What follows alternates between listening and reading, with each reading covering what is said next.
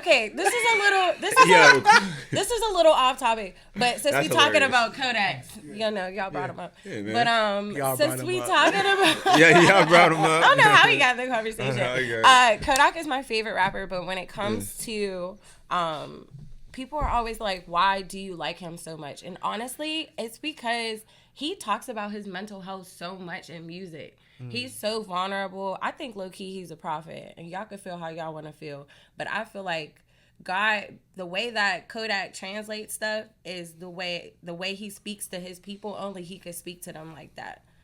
And he, like, knows that language. But the way that he, like, is talking about how he's feeling and how he feels alone or people did him dirty and, like, how he's trying to, like, reach out for help and all this other stuff. Like, a lot of people would laugh at him and have laughed at him in a lot of the videos. But, like, I think he's, like, hella vulnerable and open and very in touch with how he feels. I actually agree with you on that, and he, too. and he actually, like, he's telling people, like, yo, like, I need help. And y'all are literally laughing or bumping a song in your car. So I feel like Kodak's a lot deeper than a lot of people give him credit for or really see. I feel like you really got to tap in and dial in. And I'm all the way dialed in, so this is a different level. But that's something I always think about when I listen to his music. A lot of male rappers that I listen to that are like saying like, yo, I'm messed up, but I'm gonna just put it in this rap song and talk about somebody with a big booty and some lean so I can get through it and cope. Hate myself, but the ass fat. It's like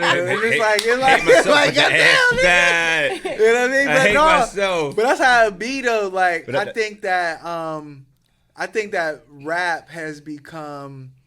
rap has always been an emotional, I don't want to use the word dumping ground. I'm going to say it's been an emotional file cabinet. Or release. Release for sure. But release, I feel like, I use that word, but I'm starting to feel like it's too light of a word because everything's on record. Yeah. When you release things, it's not always on record. You let it go. Yeah. This shit on record. And people are held accountable for it.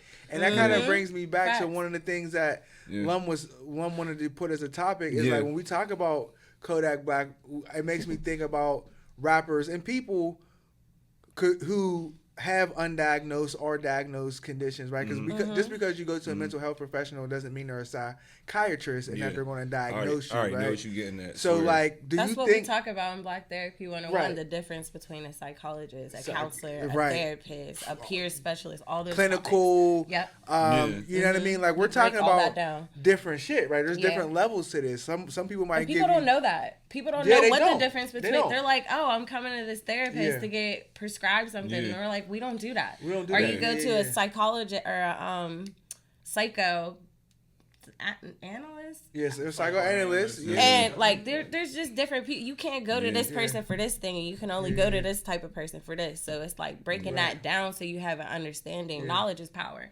Knowledge is power. And then some people you go to, they might be a behavioralist. And they might think from a certain school of thought. And another person might be a developmentalist. And some other person might be a psychoanalyst and they're thinking about childhood. So they're all different. Yeah.